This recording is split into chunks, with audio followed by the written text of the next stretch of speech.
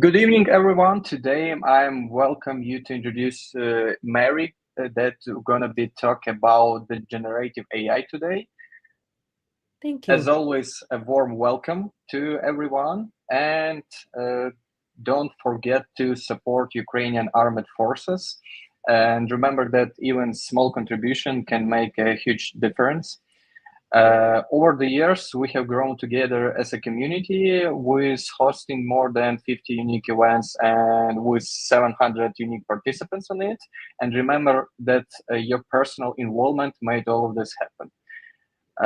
Thank you to our organizer team, Igor, Uliana, Olesa, and Oleg. Your hard work besides make all these events. And shout out to our community partner, JetBrains, for their ongoing support. And join us in our social medias in Facebook, Twitter, or X, or whatever you prefer. Also in Telegram. I wish you a good talk. See you later. And Mary, stage is yours. Thank you so much, Alexei. Thank you, and thank you to Ihor. Thank you for to everybody. Really happy to be back here, and I hope, everybody's doing well. So, okay, so we're gonna start. I know I have about an hour, so I'll try to be precise and everything. But I have to admit, though, because of the 1 hour, I actually have not got any demo code. But then I'll be sharing with you the link to my live streaming. So if you want to join it after, when I have a live stream to a recording. So, okay, so now let's talk about the brave new world of generative AI, right? And brave new world as such, is taken from the title of the British author, Aldous Huxley. And he wrote about Brave New World. And it's basically, too, is a little bit, kind of questioning, right? Is it the right thing to do? But as such, of course, generative AI, came out 2 years ago, right? November of 2022. And so exactly 2 years. And it was a lot of excitement because of what it has promised and what it can do. But let's also kind of try to understand a little bit deeper. There are also a lot of kind of doubts, especially from non-technical world, from those people. So let's kind of take a look and understand it better. And to me, I feel, let's march forward to this brave new world. There's nothing to be feared. We understand it. We know, what the limitations is. We put on guardrails, and that's the idea, right? And we make the best use of it. So, okay, thank you so much again, Alexei, for introducing me. And I'm returning here, this time, virtual too. And I spoke in person in Lviv. I really enjoyed my visit, by the way. That was in 2019. I can't believe that was 5 years ago. And I did a talk with Oleg Dokucha, and that was really nice too. And we actually did machine learning. If you have joined us too, we were playing around with the at the time, what was it called? It's called well, I can't remember now. It's been a while, but our socket, that's right, the our socket reactive library. So if you were there, that's what we talk about. But that time we were talking about machine learning and dealing with reinforcement learning. And now, not knowing, right, 5 years later, we are already kind of working with generative AI, kind of disruptive technologies. So okay, so this is the agenda. So I'll just kind of have a quick introduction of myself, and then essentially to give a bit of background of generative AI, just to set the stage, because maybe not everybody is already working with generative AI. I'm sure a lot of you here in the audience, whether you're listening live or kind of on demand, right, you're already very experienced developers. But for generative AI, maybe new. So I just give some introduction to that. And also too, then a bit of an understanding, in my opinion too, is like the players, right? That's essentially in this Gen AI era too. I won't spend as much time on those. And then I'll get into retrieval augmented generation, RAG, and then also vector database. That's also a lot of interest in that area. And why is it kind of essential for using it for machine learning type of purposes and generative AI purposes? And then agents and workflows. In fact, agents and workflows are slowly becoming, or not just slowly, I should say, is kind of becoming more important in terms of, the providing the techniques to build complex workflows for generative AI type of systems. And then challenges too. Don't forget there are challenges in Gen AI and some resources. Who is Mary? Really quickly, this picture is worth 1,000 words. So just want to quickly show you, I'm also Java champion and I'm really passionate. I still do a lot of technical advocacy.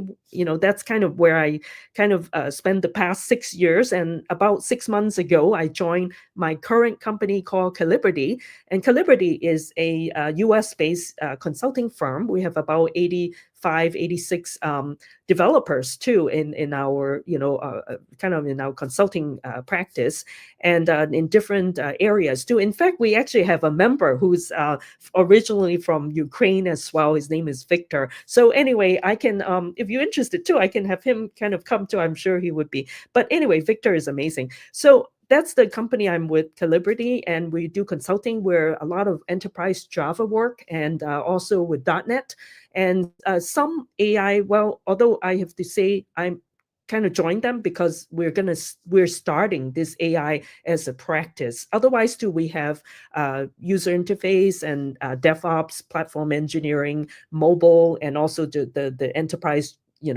application side. So if you're interested, let me know too.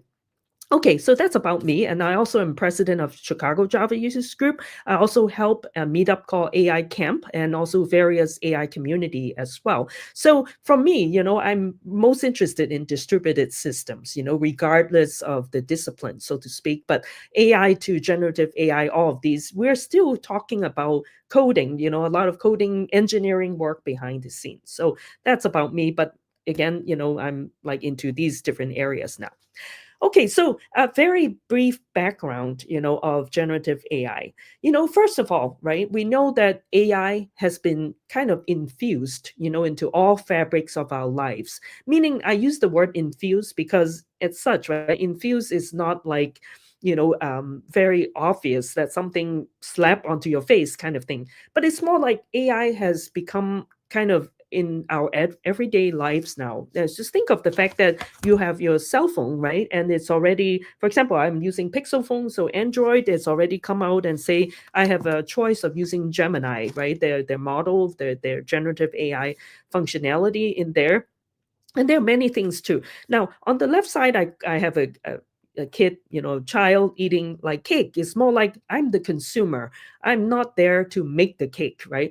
However, for us, right, we are experienced developers in here. We are the producer, the AI producer. We are building, we're designing AI systems. We're also building, implementing them too. So they are kind of the two sides. And of course, this particular talk, we are talking about it from the producer side.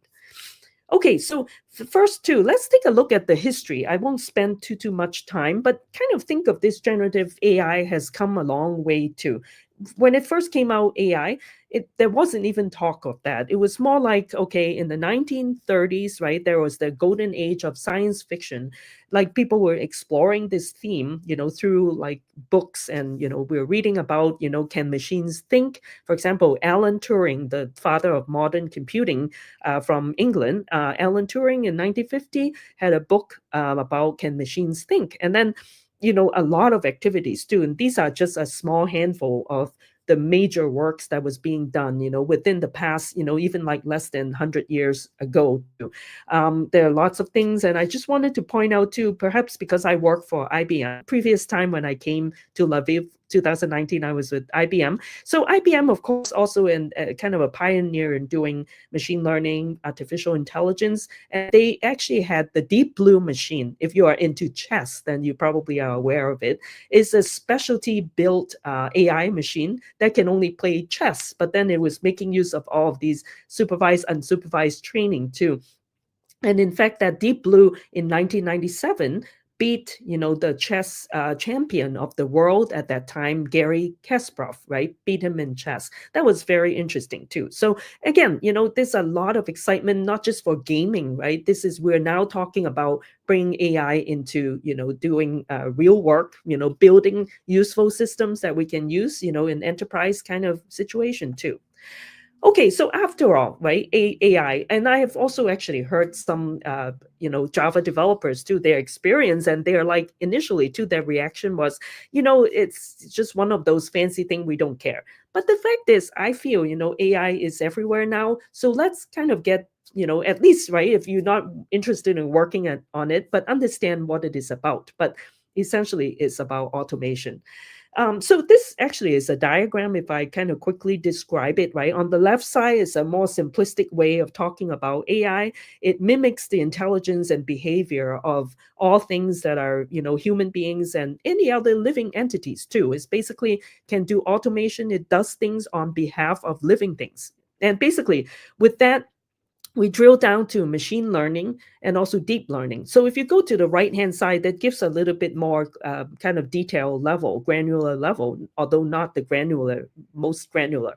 But if you can see, right, that if you go down, machine learning encompasses like supervised, unsupervised training, dealing also with training data. Basically, we want the machine to learn from the data itself. There's no intervention of human beings, right? Basically, you have the machine learn on its own.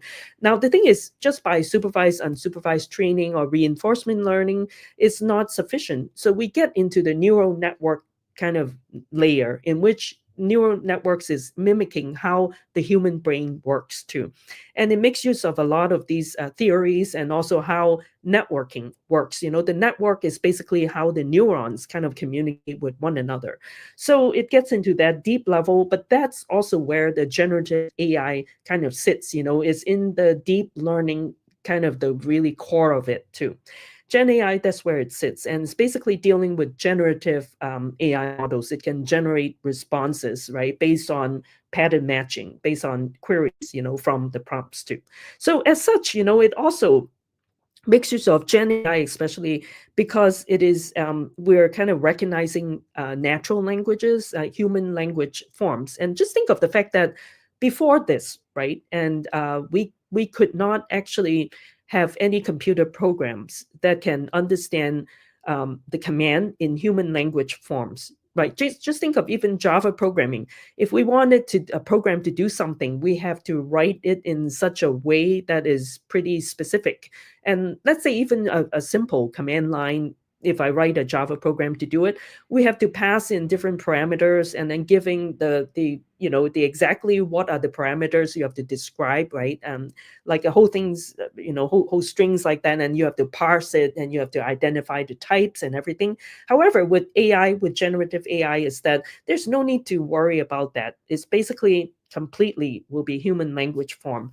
Talk to your bot, your robot, as though it is another person. So that's kind of a big advancement in terms of the computing history too. And it makes use of a lot of natural language processing, NLP, right? That's what it helps with to process all of these languages and being able to generate it too.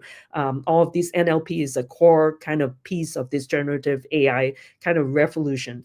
Now, the thing is though, with this whole AI movement, it cannot happen if there's no data. So data is a very integral part of this whole AI explosion revolution too. Okay, let's then take a look at this fascinating, Gen AI era. So what exactly is generative AI? So we call it a disruptive field in AI. So why is it disruptive? It's because never was it done before. Now you might say that, okay, Siri already could do, Apple Siri, the phone already could do NLP recognition, which was true. Don't get me wrong. It came out in 2013 or so. Siri came out, the first really like a real consumer level machine bot, right, so to speak, that can handle natural language processing. However, it could not handle computer vision yet. So all of these things. So as you can see, generative AI kind of brought it another level. It recognized the language forms, in text, in audio, but now can also do visual too, for the video, all of these things. So kind of, pretty complex. And also it deals with the different modes to modal, recognizes code too, right? 3D, all of these things, video as well. So generative AI. So essentially too, it recognizes your your input, in the form of human language, and it also generates responses in also human language form. So it's definitely a disruptive kind of innovation too. And it uses combination of machine learning and deep learning to produce the contents and a lot of neural networking as such, right? And now if you compare generative AI and then with predictive AI too, predictive AI, you might also say, well, Gen AI, so what? It comes out, but we are already using AI. Very true. We are already using what is called traditional AI, and basically too, the traditional AI before Gen AI is predictive AI. So predictive AI makes use also a lot of statistical models too. So if you think of, a lot of times too, we're using predictive AI to do, let's say, business prediction, business forecast, weather forecast, all of these already was AI driven. But it wasn't like dealing with so much with the human language side yet. And plus, it makes use of statistical models, and it results, for example, for business or weather forecast, and those things are more has a time kind of element to it too. So in other words, I can say, well, ask the bot at that time, do predictive AI, use all the statistics, feed it all the detail, kind of give me a forecast of what my business would be like in a year. So after a year it wouldn't be valid anymore.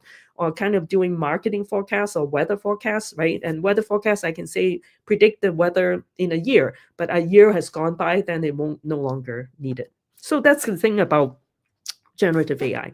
So again, this is just kind of quick kind of papers and like important, milestone in the new millennium too. Since 2000, I wanted to point out, that kind of leads to this Gen AI kind of time that we are living in. So basically, there was a paper, right, that deals with the first feed-forward neural network language models in 2003. That's Joshua Bengio was with the Google team too. And then again, 2011, actually I got it wrong. I thought it was 2013. It should be 11. That's when Apple brought, AI and NLP assistant to the masses by releasing its first Siri, iPhone 2.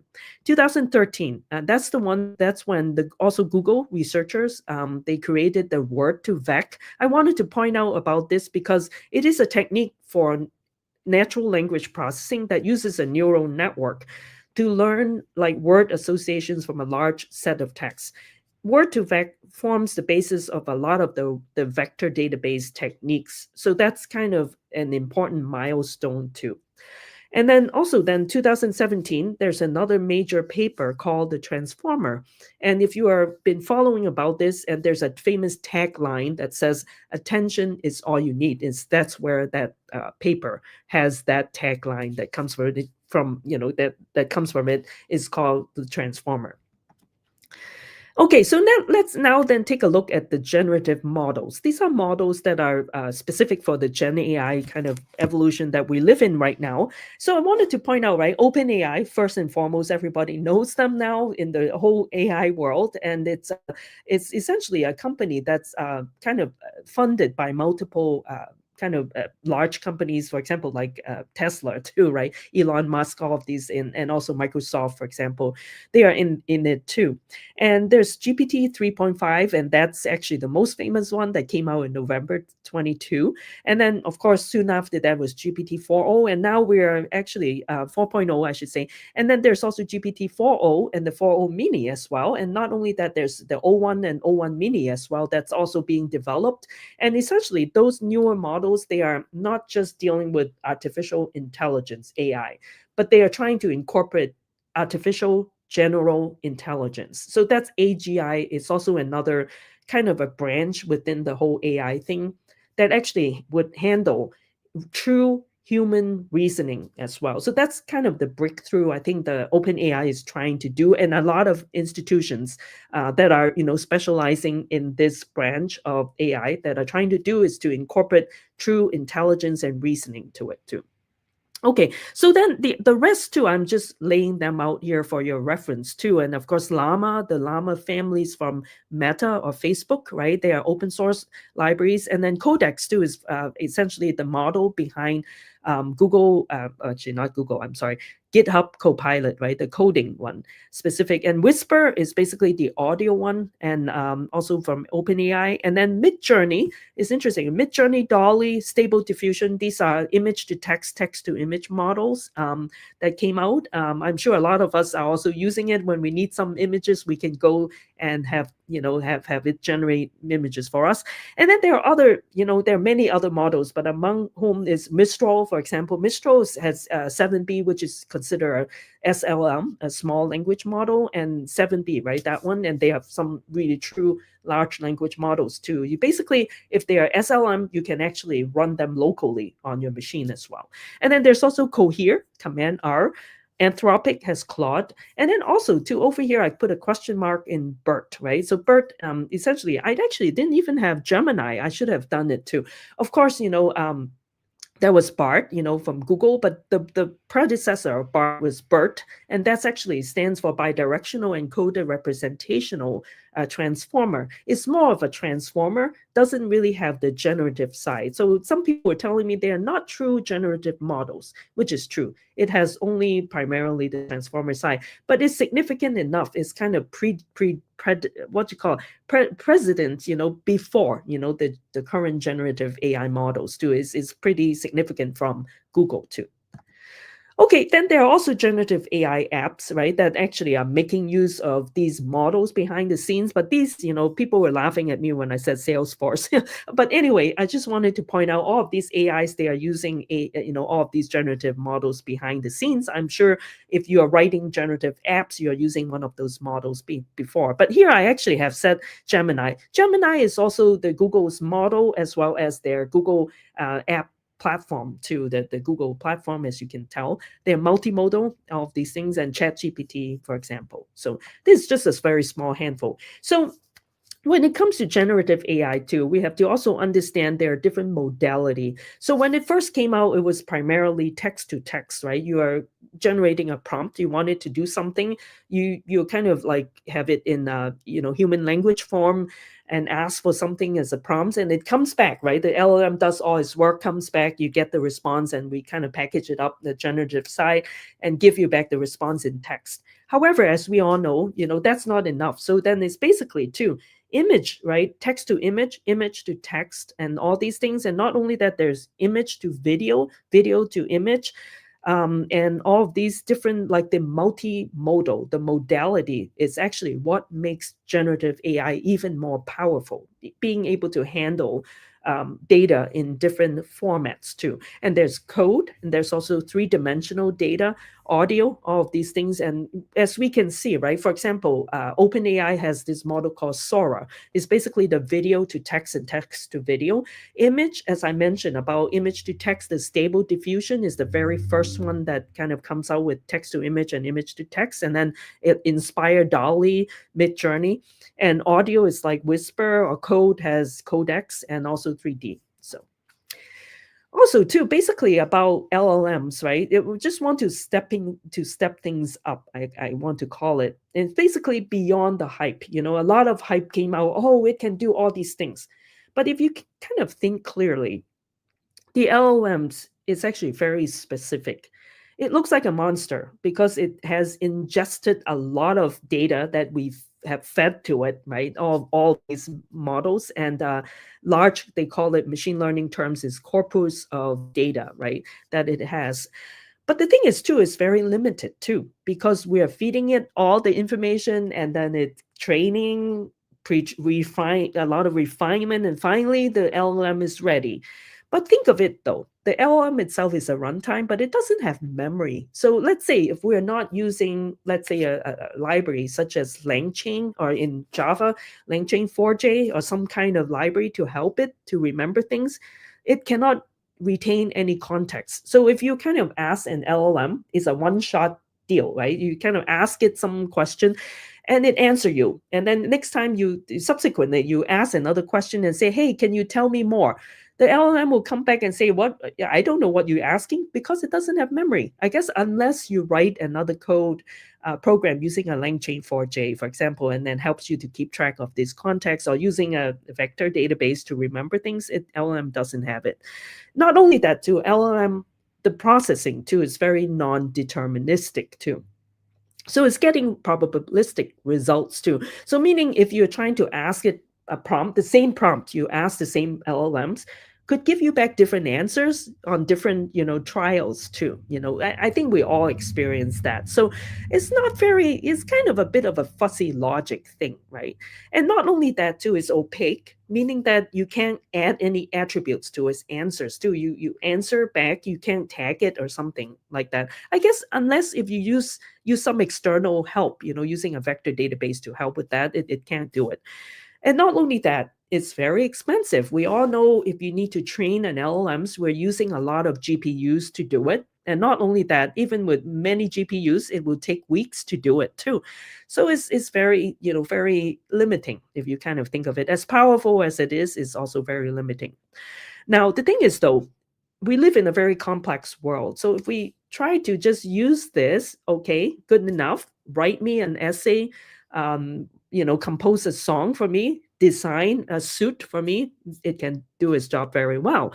But the thing is though, we live in complex world, and let's say, we have flight reservation, we're going to go places, we want something to help us book a flight. So it won't be able to do it if you use it a purely generative AI type of approach. But the thing is, as the more I think about it, it's basically we could combine like traditional machine learning and then use what generative AI is really good at to do for us. And then maybe in sort of like a general application, you basically have to kind of use generative AI as some sort of like tool that you can do to help with that system as a whole, but not the whole thing generative AI. It just can't do it. It can't scale, right? It can't deal with complex workflows. And again, there's no memory too. Okay, so understanding that thing, right? But kind of looking, that aspect of generative AI. Let's take a look too. It's basically too, we can still say, this generative AI evolution is still kind of significant, right? Think of the fact that before generative AI, if we want to try out AI, and then it's actually very expensive, first of all. And not only that, it's not generally available. Maybe you need to have access to a university, to a research institute. You can say, I want to be able to use some AI model to do things, or maybe you have to purchase like IBM Watson, for example, and build your own app and access these models. It used to be like that, but now with ChatGPT that came out, we all know, right? We benefit from it. And even we try to run some of these models locally as well. For example, Olama, right, is an open source command interface that you basically can use Olama to load up models and run it locally on your laptop too. Not only that, there's also another kind of with a UI interface. It's called LM Studio. You can also do that too. You can actually, you can actually basically go to Hugging Face and also download some models and run it locally as well. So as you can see, with this ChatGPT kind of revolution, the new way of doing things, it's basically the generative AI is becoming more accessible to the common people, right? The consumer. On my phone, I can run a small Gemini model too. So as you can see, it is still a kind of a good thing to it too. So now then let's understand some of the players. Maybe I'll just go through this quite quickly too. It's basically GPT. It's just understanding it. It stands for Generative Pre-trained Transformer, GPT.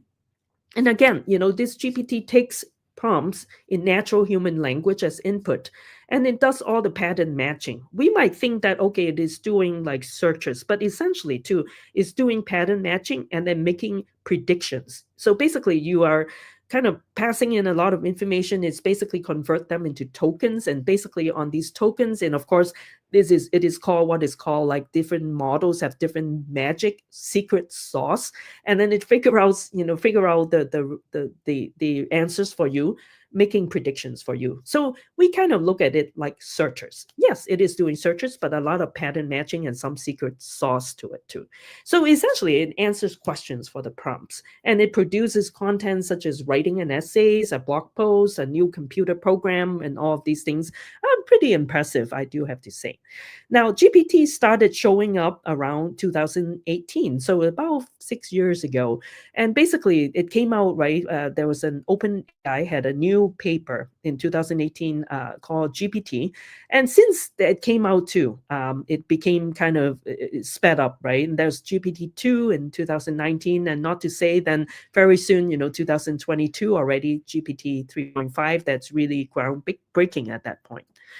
Okay, and then this too, I kind of wanted to point out 22, that's when the first text to image, image to text came out of Stability AI called Stable Diffusion, and then Inspire, Dolly, and Midjourney to also do the same. And there are many tools that came out, right? And 2022, when GPT 3.5 came out, it totally kind of took the whole world by surprise like that. Okay, so now then there's other players in this field. It's basically NLP. I've already kind of talked about it, so I won't get into details. It's basically an interdisciplinary subfield of linguistics of computer science. That's what is kind of gives the power to LLMs to understand human languages and also to produce results to send back responses to. And then there's also LLMs, the large language models, and that's what developers like ourselves we work with, we interact with, and not just developers. I guess if we're consumer that are trying to ask GPT to do stuff, is essentially the LLMs that's doing all the work for us and finding answers for us too. And essentially, too, just wanted to point out, right? LLMs can do language processing, visual comprehension, code generation, and human-centered engagement, too. And that's what kind of groundbreaking to it, too. So now, if we kind of look into this is from Google Cloud. I thought it explains it very well, or at least kind of high level. And so we can fit everything in here. AI, and then you get inside is machine learning, deep learning. Then that's where deep learning has all of the neural networkings in there. Sort of deep learning encompasses all of the neural networking.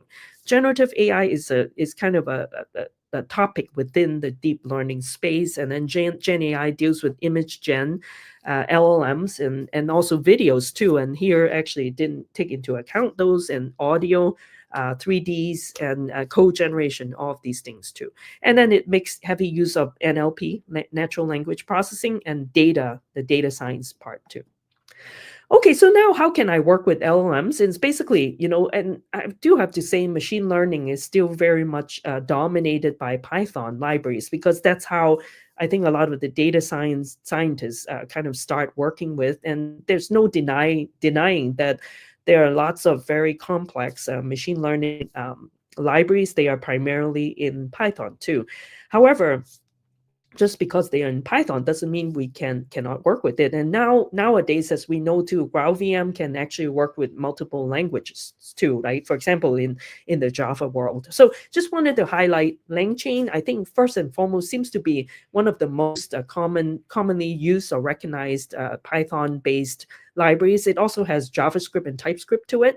And then there's also a Llama index too. That's kind of specifically really good with retrieval of all of these documents too, and as such, right? Llama index. And then there's also from Microsoft is an open source library called Semantic Kernel that also has a Java SDK. And then Gemini API is from Google. And then also wanting to point out to Hugging Face, right? It's also, think of it as like a repository, much like, we have code, we're using GitHub repo, but basically Hugging Face is for all things kind of AI related, right? You can store your data sets and have models. You can be doing pre-training or refining of models. People are all sharing it there on Hugging Face, and you can download those models too.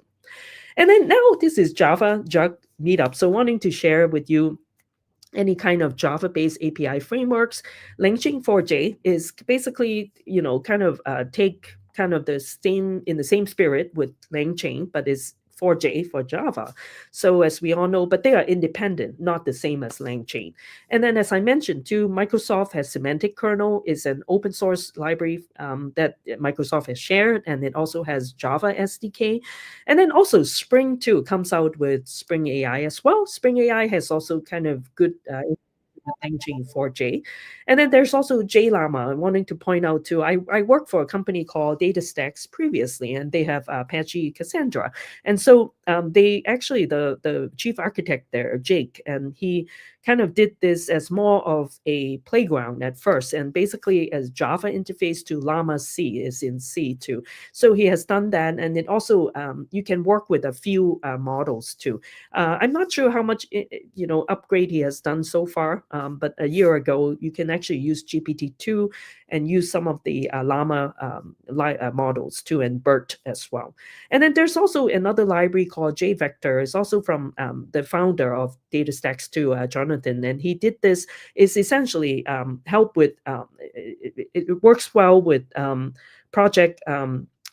What is it called? Oh my gosh, there's one of the project Panama. That's right. So it works with kind of augment and the vector API too. So it kind of like optimize it to work with vector database. So that's what they are using it for Cassandra database too. The JVector. So if you're interested in all of the details is in there too. And then there's also Llama 2, the Java version, and it's basically a port from Llama C. So, and then this is just a really quick example too of LangChain 4J. So as such, we all know too, if we work with coding too, a lot of times you do need to get an open AI key in order to work with their models too. So make sure you have that. So essentially too, for a very simple Hello World, LangChain 4J example over here, Hello World again doesn't do anything. And all it does is basically you want to first, associate your model, essentially set up your model like a handle to it, and basically you will need the OpenAI key to it. Now just so you know, you do need to pay for the OpenAI to use their models, and also be aware to there are certain limits as to how many requests you can make per day. So it doesn't have to do with the size of your data, but it's like how many requests. So I've also come across to issue because I did a workshop. I realized some folks, they were in the participating in the workshop, they were running into rate limit issues. So just be aware of that. And also too, there are different models will cost different money. Of course, the most recent models will cost the most, but I've been actually using just GPT 3.5, and they are kind of quite low, the cost you can use it to. But again, just beware of the rate limitations. So over here, back to here, you get the model, and then you can do a dot generate. And let's say in this case, I'm not even sending it any prompts. In this case, all I'm saying is that generate me this response, and I pass it the exact phrase in here, just call hello world, and you can print it out. So this is how you start working with LangChain 4J in a simplest sense. Okay, so now then I wanted to point out too, in this new kind of Gen AI, there's also a lot of talks about, well, what about, with Gen AI is going to take away our jobs. Now, to me, I don't think it would be the case. Think of the fact that, the Industrial Revolution, right? And there used to be jobs that were, it would take a lot of people to do it. For example, I was kind of talking with, or I went to some talk, and that was a very good point. For example, in the printing business, right? We used to print newspapers, and then using those prints, and I think they use some machines like oil machines and all of these things. You may be familiar with it. So those jobs are no longer there. And guess what? Then there are new kinds of jobs. For example, we have computer jobs that are programmers, right? We are engineers and all these. There weren't any thing, there wasn't even computer before, so there wouldn't be any jobs in software engineering 100 years ago. But look at it, these days we have engineers. So to me, I think the key is to try to learn, and stay, at least kind of stay ahead, not like so much ahead as it is, just keep up with what's going on, and then you can be learning new things. There will always be some jobs, right? There are new kind of types of jobs, right? For example, now there are jobs that are called prompt engineering, all these things, and it doesn't require the person to know anything about engineering. But then anyway, but I'm just kind of making fun of it because we have prompt engineers now, and also there wasn't any kind of need for, or nobody knew we would be needing prompt engineers. But now with generative AI, we need people to know how to prompt the models to answer the questions, right? So there are prompt engineering, there are also AI, maybe auditors. We need people to go in and actually evaluate and make sure the generative AI comes back with correct answers, all of these things, right? I believe there will be new jobs. There's no need to worry about it. But the key is just to make sure you understand what's going on. And not only that, I laid out there are also ML ops, right? Machine learning operations, all of these things. And they are, to me, I feel they are more like DevOps, but you're extending DevOps to handle machine learning types of operations, right? Training the models, inferencing, all of these things too. So there will be new jobs. There will always be. And then there are also data scientists. They continue kind of focusing on the data side. They may not be implementation people. Most of them aren't, in fact. So they will rely on AI engineers, implementation engineers, data engineers to implement the solutions for them. Computer vision engineers deal more with the visual side of the computer vision type of applications. So yeah, so don't worry about it, is what I'm saying. Okay, so now let's kind of take a look too at a few what you call techniques, right? That's being used and that came out since the birth of this Gen AI revolutions, retrieval augmented generation. So that's, I think, maybe without kind of going into too much detail, I'm guessing, folks, if you're already working with Gen AI, you probably already are using it or already leveraging in your applications too. But just want a quick word about it. Is basically RAG stands for a hybrid framework that integrates two components of these models. So one is the retrieval model, and then generative model too. So in some sense, conceptually, it's not complicated at all. So the idea is you want to be able to produce text. You want to be able to take input first, and then from the input, then you pass it to the LLM, and basically LLM comes back with an answer. You want to beautify your answers. All of this is basically the generative side. So they work hand in hand, these two model. And also, it's not something that dictates how you do it. It's basically saying that these are the models, and so it's up to how you want to do it, is how you want to do it your way. But it's basically following the concepts of these models. So essentially, to retrieval model, think of it like a specialized librarian. So for example, LLMs, as I mentioned to you earlier, it has a lot of limitations. And one of the limitations is that you train your model. And basically, even like ChatGPT, for example, 3.5, when it came out in 2022, it only contains data up to 2021. So a lot of data too is basically, you have to have a cutoff date. You say, okay, I'm going to train this model. I'm going to take data and cut it off, from yesterday, midnight. So November 20th, right? And I cut it off. And from there, I train my models. Let's say my model, I train some model, it comes out in December 31st or January 1st, 2025. And then basically between November 20th and December 31st, the data is not incorporated in there. So what do you deal with it, right? You need up-to-date data. So that's when the retrieval model, the RAG, can help. It's basically, you want to have the retrieval side to take data that's basically can be real-time data or data that's updated after the cutoff date, like that. And so it pulls in data from relevant sources. It can be a database. It can be a Kafka topic. Some pops up broker is receiving last minute data, up to date real time data, or taking it from a socket, right? A TCP IP socket, for example, taking it from a set of PDF files, unstructured data too, as well, or structured data, however it is. So retrieval side is just responsible for gathering all of these data and feed it in. But of course, too, very often we're dealing with big sets of data, so you have to chunk them up, or kind of dealing with filtering, doing whatever you need to do. And basically from there, you want to construct, certain prompts, for example, and then essentially to kind of feed it into the LLMs and ask for answers. And the LLM, in that case, comes back, does all the pattern matching, comes back with some responses. And then that's when the generative model takes over. It is the writer.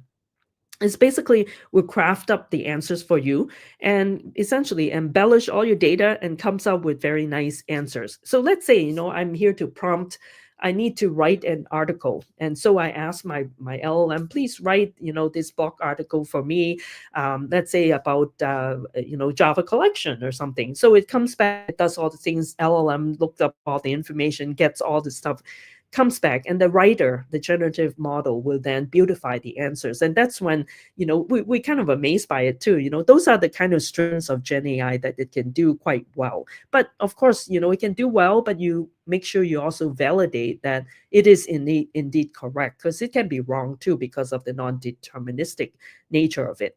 Okay, so now then I already described generative models basically as the creative writer, takes all the answers and kind of make sure it's grammatically correct, semantically meaningful, and also make sure it's answering the question, aligning with the prompts too. So they both right, the retrieval and the generative side work in tandem with one another to basically give us the answers in a beautiful format. Okay, so now let's kind of take a look. The next thing is vector database. So what is vector database? It's a purpose-built specialized database that serves up vector data type and for very complex machine learning purposes.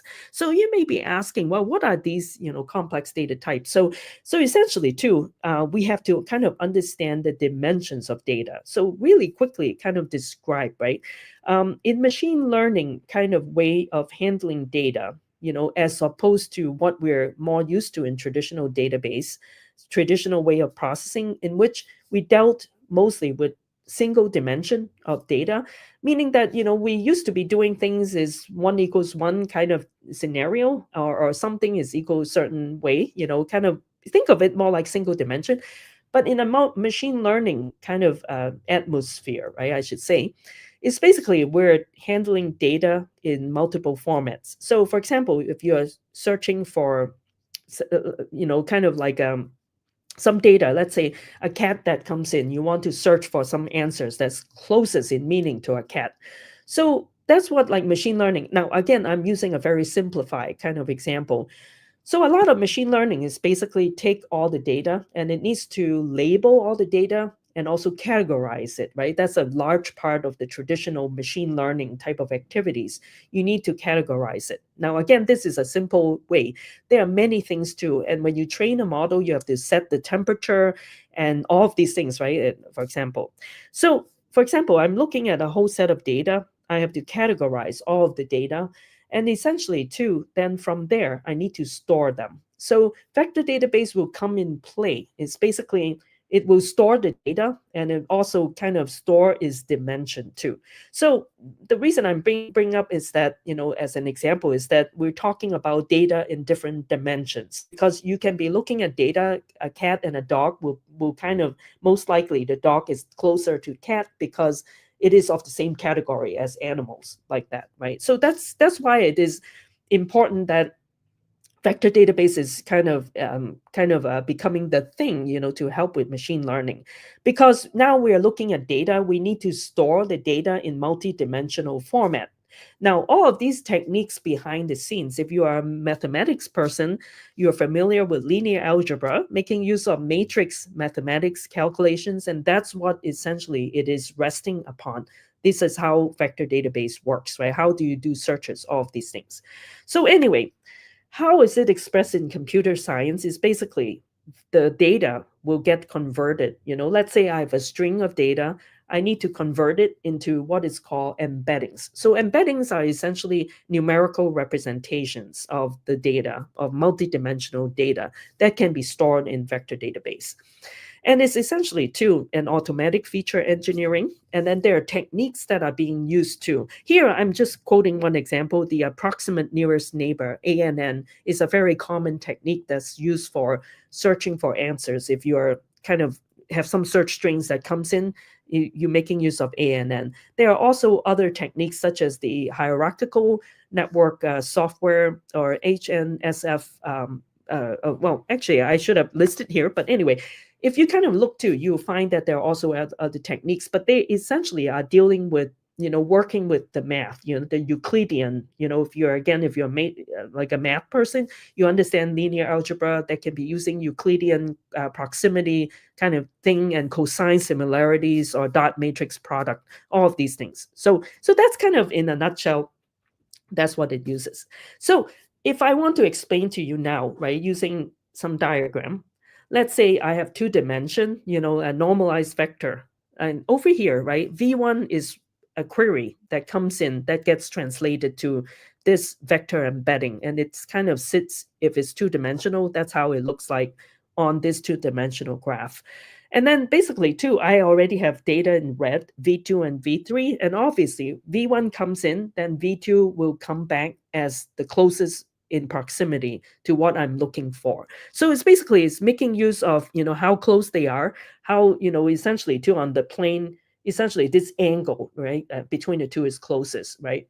So that's how I can kind of quickly explain it to you. Now, the thing is too, embeddings can be many dimensions too.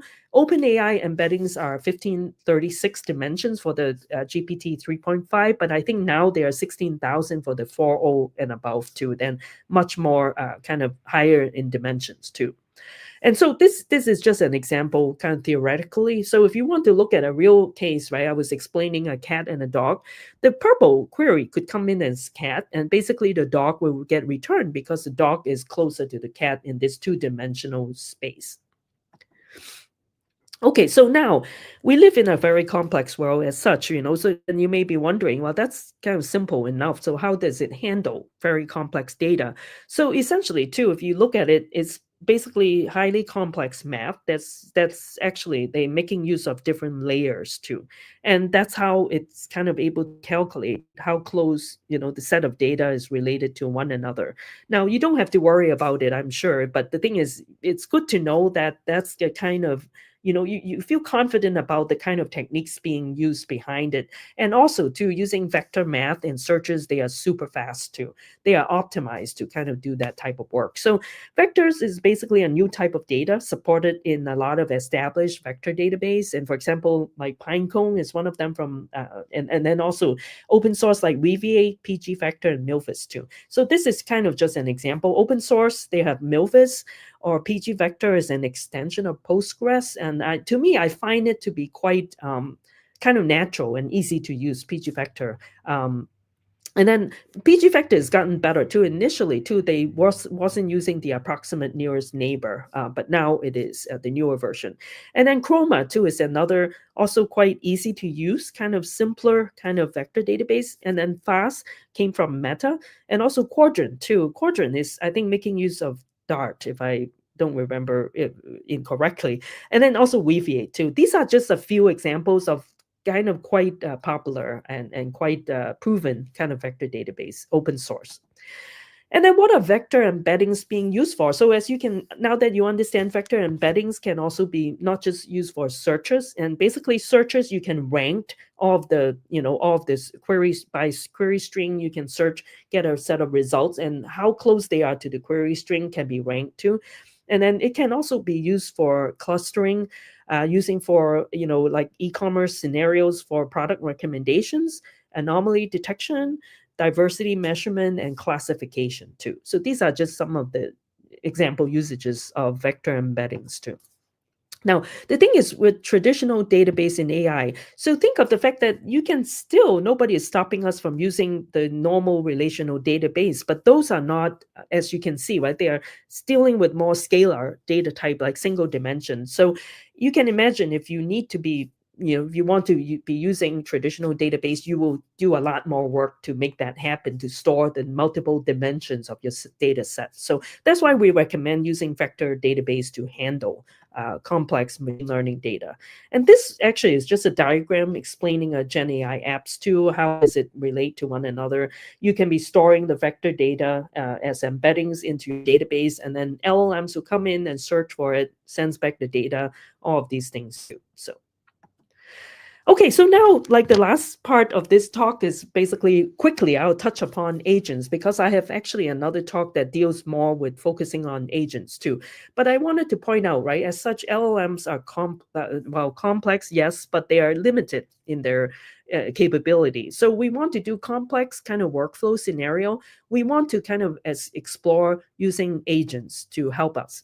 So what are agents, right? And within the now agents are not new, as we all know, right? Even like say with Java, JVM, we have agents to do the instrumentation kind of layer, right? To do these things. But within the generative AI context, is basically These are software entities, and they are used for orchestrating complex workflows. But essentially, too, you can basically have each agents be very specific in what they do. And also, then you have another agents is overseeing things and coordinate the activities of multiple agents as well. So think of agents is much like, for example, in an IT consulting firm. Maybe some of you are consultants working for, other customers too. So let's say I'm also with a consulting firm now. So basically, in our firm, we have people that are specializing in engineering, doing development work, and we have people doing testing type of work, and people doing DevOps type of work, platform engineering. So we can have essentially have different agents. I'm a developer agent. I'm a QA agent. I'm also a DevOps agent. All of these things, they specialize in what they do. And basically, I have a project manager agent that oversee making sure they are all doing their jobs and project, software gets implemented correctly, get tested properly. DevOps is able to release it. So it is the job of the project manager. So you can kind of think of agents as sort of mimicking how the human beings work, right? And analogously too. So they are multi-agent system. So as such, we're talking about these agents can become autonomous. They can actually make decisions on their own and initiate actions on their own, depending on the circumstances too. So again, they specialize, each individual agent specialize in different tasks, right? So essentially, too, these agent interactions too are getting to be even more intelligent. You can think of agents being able to communicate among themselves as well. So that's kind of like the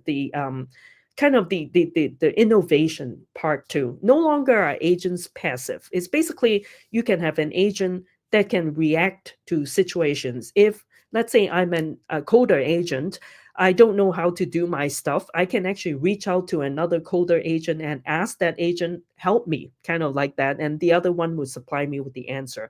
Those kind of things is what we're looking at. So when we design these systems, we basically have to also design a complex task, divide them into different subtasks, and then they are manageable. And you can then assign different agents to be responsible for each of the subtasks. And basically, too, each agent can also be associated with certain AI, generative AI models as well. And that's what is also essentially in a complex situation, you can have your application working with not just one LLMs, it can be multiple LLMs, because maybe certain LLMs are better to do certain types of work. For example, Codex is the GitHub Copilot model behind the scenes. So you can have your developer coder agent be working with the Codex model, and you can have a QA agent working with, let's say, with a Claude, kind of a model too. And you can have other agents working with different models behind the scenes, and they can all come together cohesively like that too. So that's the idea. And then there are also different agentic design patterns I want to just really quickly kind of point out. Actually has one called reflection and one called tool use and the other planning and multi-agent collaboration. These I actually took the ideas is from Dr. Andrew Ng. He's a well-known AI machine learning expert from University of California in Berkeley, and he's also kind of the leader in the deeplearning.ai, the educational site, and he also has the Business Side AI Foundation to fund projects too. So he comes out with very good stuff to research for him if you don't already know him. So let me go back again. Reflection, just wanting to quickly kind of explain, right? Reflection is essentially having agents being able to go back to iteratively kind of fix itself. So it can be, for example, I'm kind of I'm asking LLM to help me with some stuff. I send a prompt, so the LLM will come back with the first response, and essentially too I can have agents autonomously evaluate these answers and go back to the LLM and said, well, this response isn't correct, can you make it better? So the LLM will go and kind of search for better answers or come back with better responses for you. You take that, and then basically the agent can say, well, I think it's still not quite right, you need one more time, for example, however many times. And basically the LLM will come back and forth. It's a reflective kind of pattern that you can design your agents to be able to do. That's reflective in a nutshell.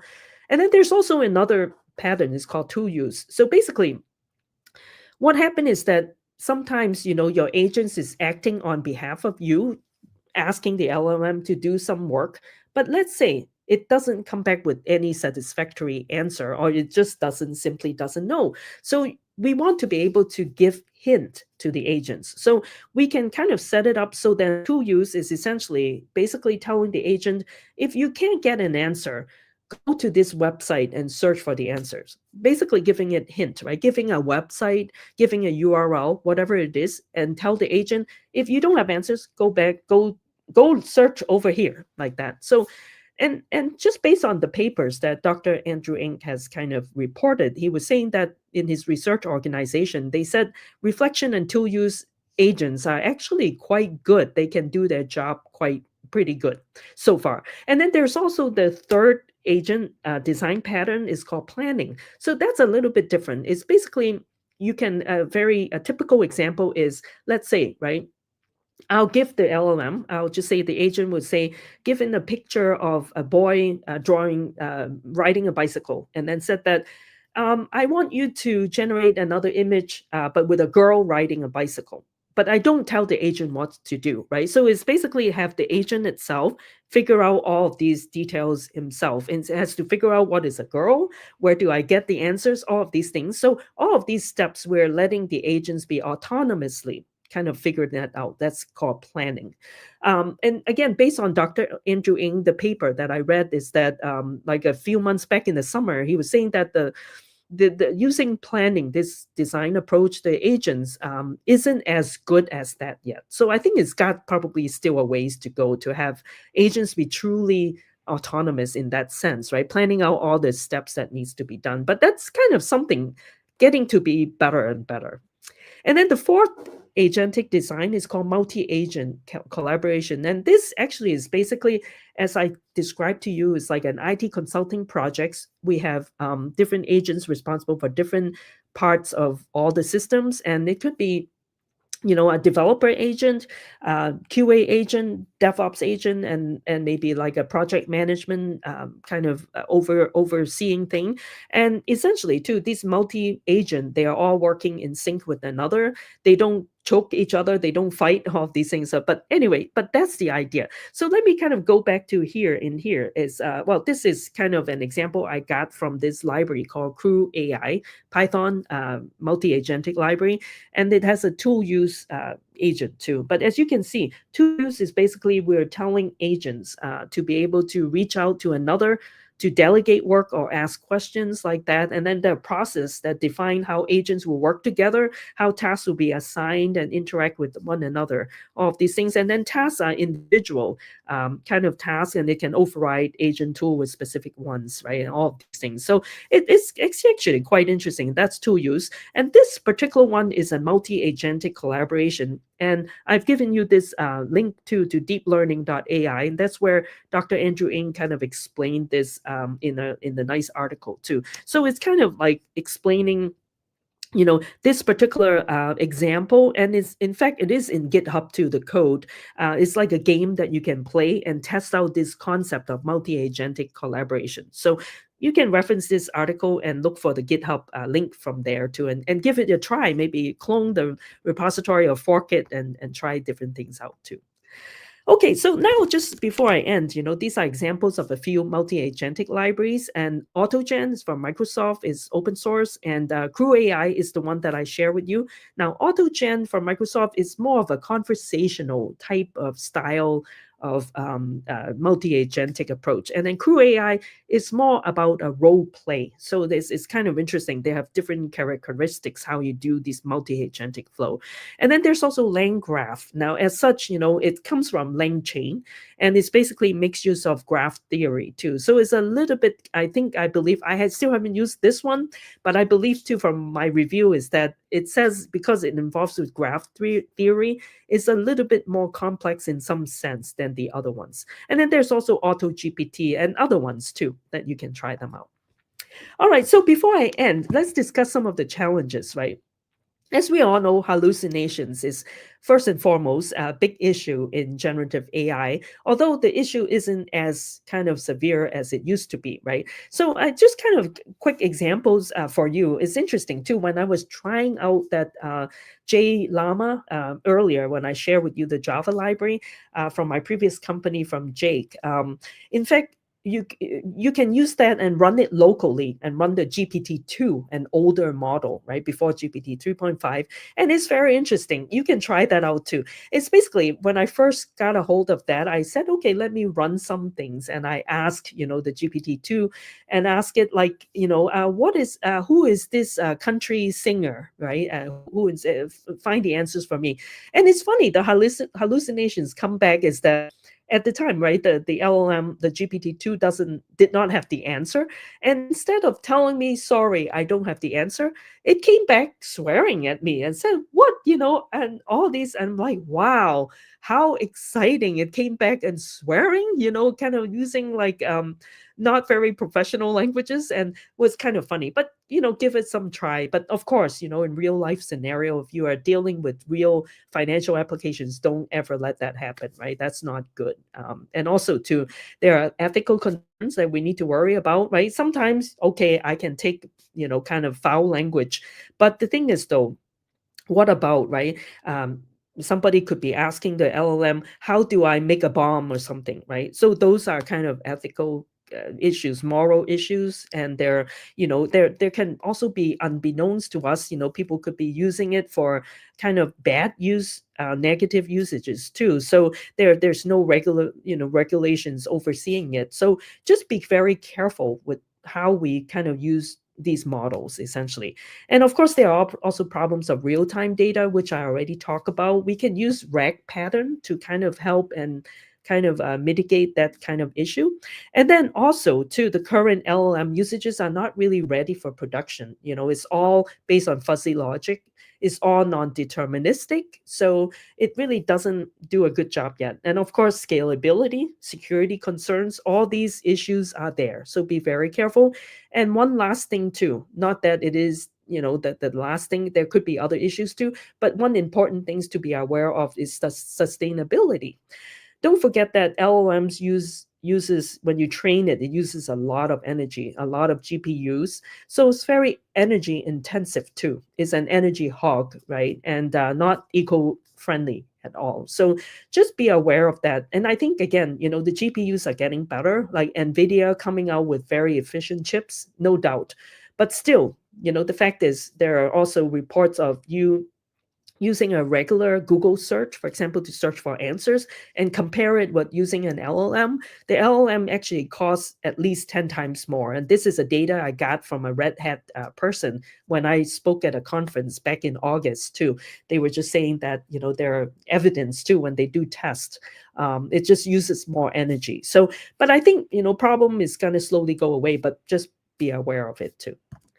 So with that, I think my talk comes to an end. Yeah, I'm a little bit, I guess, over 60 minutes, but wanting to share with you the resources. If you're interested in the slide deck, it is here, this bit.ly link, and also the QR code. And if you want to get a hold of me, I will be sharing my LinkedIn and X or Twitter, all these handles too, and my Discord server. And I have some hands-on starter lab suggestions. I thought, even though I'm not doing a workshop here, but with vector database, for example, I just thought I share a couple of kind of quite, easy to kind of get on to sign up for a Supabase free account to try out PG Vector. And there's also like image search with an OpenAI clip model in Python if you want, and different things in here. Also, too, if you want to get a hands-on on LangChain 4J, there are a couple of examples too. They have a bunch of examples that are pretty cool. Some of the rags too, it explains, you can do rag in the basic format or naive format or easy format, and then also advanced. Advanced deals with data that you need to do chunking, all of these other things too. And then some open source ranking information. I thought this is interesting if you want to compare the vector search engine. Open source, you can also look this up. They are ranked based on the number of GitHub stars. And then also too, as I mentioned, I don't have time today to do any demo, but I have my stream. I'm going to go back to more the live streaming coding too, but at current time too, I'm also doing an AI podcast too with a Java champion Manny based in London too. We try to do it once every month. So if you follow me on my Twitch or my YouTube, you'll be able to get a notification when we are on. And with that, I want to thank you again to CoffeeJUG for this opportunity, and I wish you all well. And also to my Chicago Java Users Group link, my AI camp too. I'm also doing helping them out as a meetup organizer, and my Discord server. If you would like to keep in touch and follow me on LinkedIn or Twitter, and feel free to ping me if you have any suggestions or questions. So thank you very much.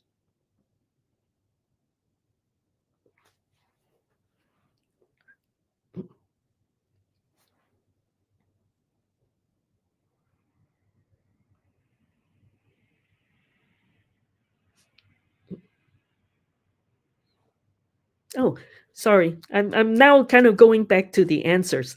Okay, not answers, the questions. Diego, right? What does one shot and zero shot mean in Gen AI? Yes, yes. So one shot meaning that basically when you are asking questions, right? In Gen AI, you going to Chat GPT and you ask question, and so to the LLM is basically these are all one shot, meaning that it doesn't have memory. So when you ask question is like one shot, you can ask you know uh, something like explain to me vector database is a one shot thing, and so the LLM will answer you, is kind of coming back and giving you all the answers.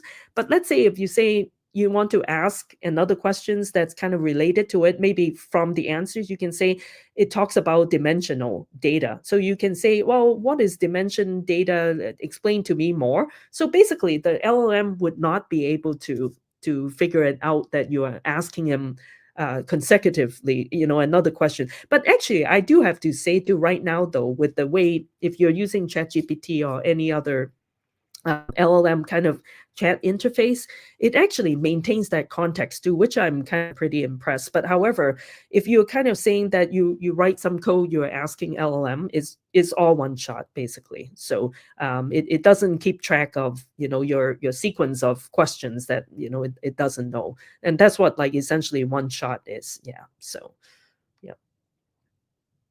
Okay, Pavlo, let's see. What is better to build nowadays? An agent, multi-agent, AI-powered applications, assistance, or by the input transform output chain model? Oh yeah, where we'll manage routing directly with Pydentics. Yeah, so I think that's what it is. I think it also depends on your particular use cases, I'd say.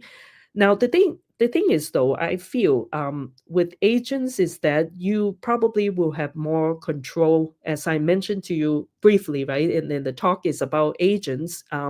You be able to, with multi-agentic, you be able to make use of the reflection kind of pattern, making use of, let's say, tool use type of agents. And but I believe that in the chain model you can still do that, but then having agents too is that you are basically enabling the autonomous agent kind of to do more things for you too. But otherwise I believe the if it's the chain model, it's still kind of pretty much some flow of data, but it doesn't take into account the agentic kind of usage. Because of agentic, you actually can have the agents to act on behalf of yourself. I think it can actually do more too. But again, look at your particular use case and see if it makes sense to use agents to help you manage that too. So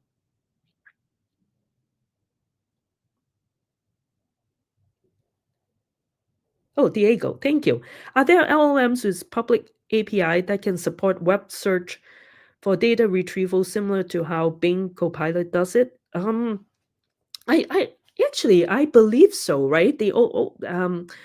I think I think they have, right? Like OpenAI actually, isn't it? I'm just trying to think too. Hugging Face, for example, Hugging Face actually also has some public APIs too. I believe, but you want the API to support web search for data retrieval. Oh, good, very good question. You know what? I don't have. I believe so, but I just don't have specific example right now. But that's a actually very good question. Let me also do a bit of research and then communicate back with you too. If you want to stay in touch with me, Diego, yeah, I'll be happy to look up that answers for you. Julia, yeah, which professions are likely to become obsolete in the next 10 years due to AI? Oh, that's a very good question, Julia. Um, I don't know. What do you think? Maybe some things that we can actually use, then can leverage on Gen AI to do, maybe that type. Um, well, I say, for one thing, I feel that, folks doing quality assurance will always have the job because of the nature of these AI being so fuzzy, right? We need folks who are very sharp, like QA analysts, and look at it and question it. I think that would not be obsolete. But I think, the thing I feel is that there will always be software engineer. But my feeling is that maybe some of the lower level kind of implementation that may go away, maybe, not exactly all going away, but let's say, right, nowadays, what can we say, right? Maybe writing code to process some data, kind of a more tedious type of data, like, taking, out input from somewhere and then process it and output it to JSON, that type of stuff. Something that actually a bot can do it quite efficiently, because these are repeatable type of actions and kind of mundane. Maybe currently too, we have coders that are doing those things. I feel maybe that kind of specific kind of, kind of data engineering or process engineering, that maybe can be replaced, I think, and can become obsolete, but not the whole software profession. I feel still we need to also understand too, there will still be people that need to be there to do quality control. I think that part is actually very important. It's like it can't go away. And even though, let's say, it's my opinion too, is that even if, we will say, certain things, yes, can be done by the bot, but it's absolutely important that we still need to maintain the knowledge and understand, because how can we truly be 100% relying on a bot? It can be wrong. So we need to understand it. We need to be able to look at it and say, is it doing the right thing or not? And what if there are problems, right? We need to go in and diagnose. So all those things like sustainability type of engineering to me, I think it would not be obsolete. Yeah. And but the thing is, those who are doing processing, kind of repeatable thing, I think those are the kind of engineering jobs that can go away. I feel, yeah, yeah. Then yeah. So that's what I think. But yeah. Sahil, yeah. Recently, a Swarm framework has been released. I haven't tried yet, but looks interesting. Oh, I have not actually tried Swarm, so but let me check that. But thank you for alerting me to that too. I'll take a look. Thank you. Yeah. Sahil, what do you think about the effectiveness of the RAG technique in the future, considering the development of size context windows? Yeah, yeah, that's a very good question too. I think RAG techniques, it will still, it will always be there. I think high level wise, it makes sense. You're basically, retrieval and then the generation side, that will still be there. But it is very true, like size context, well, development of size context windows, that's actually, now that I kind of am I talking out loud, I feel rag techniques will still be there, but maybe there would be more facilities to help, yes, with all of these all of these kind of, so to speak, a lower level stuff, right? Dealing with the size windows, all of these data that needs to be chunked, all of these things. Perhaps there would be another abstract layer that will eliminate the pain points of any developers that needs to deal with it, I feel. But the overall rag techniques would still be there. But again, the lower level stuff, maybe more of the tedious thing should go away, that can be handled by better abstracted techniques that are embedded inside this rag technique is what I'm thinking. So yeah. Okay. Sahil, the question is from the perspective of providing some internal or private data that is outside training data set. Oh, you mean the previous question, right? Is from the perspective of providing some internal data that is outside training data set to an LLM.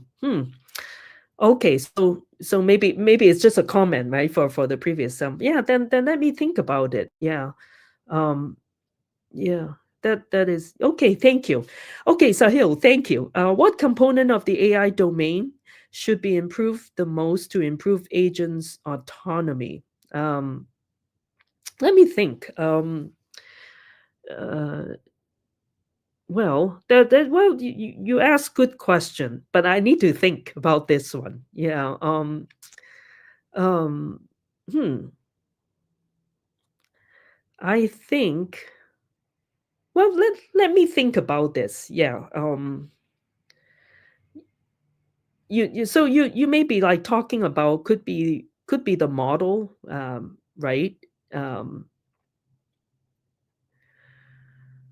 to improve the autonomy. Hmm.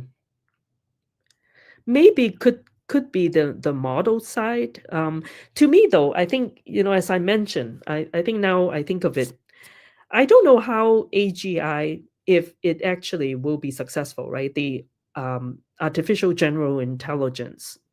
To me, I kind of think of when it's agents autonomy, we'll have to kind of leverage on some form of AGI kind of capability, because we're now saying that if it can be autonomous, that means it needs to assume a certain level of true reasoning kind of intelligence, right? Like human beings too.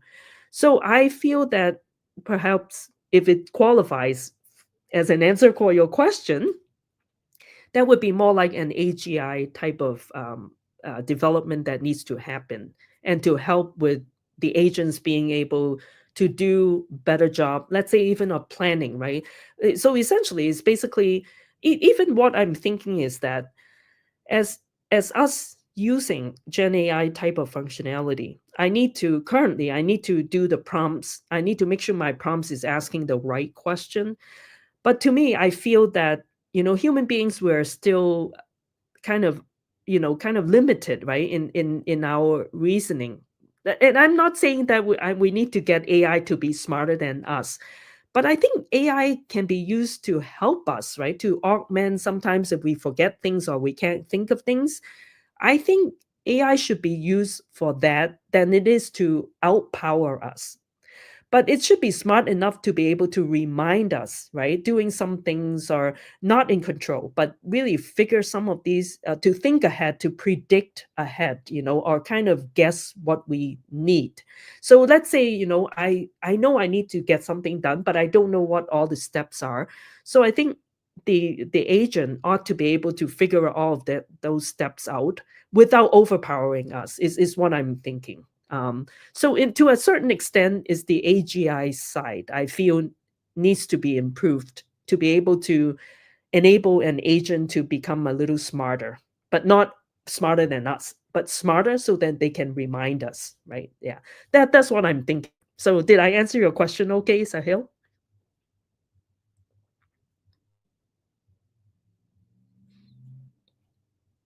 Yeah. Okay. Thank you, Pavlo.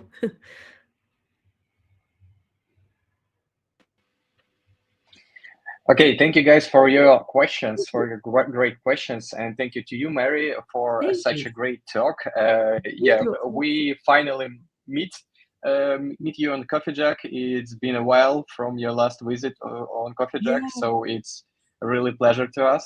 Yeah, and Thank we will go to our closing session, to our short closing session. Thank you, Mary. Thank you guys for being with you. us.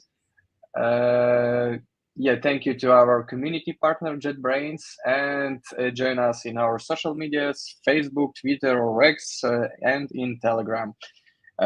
Mary, wish you Thank a you. good day. Yeah, you too. Everybody, please take care. And I hope to visit your country at some point again. So, yeah, I had a great time in Lviv last time. So, thank you.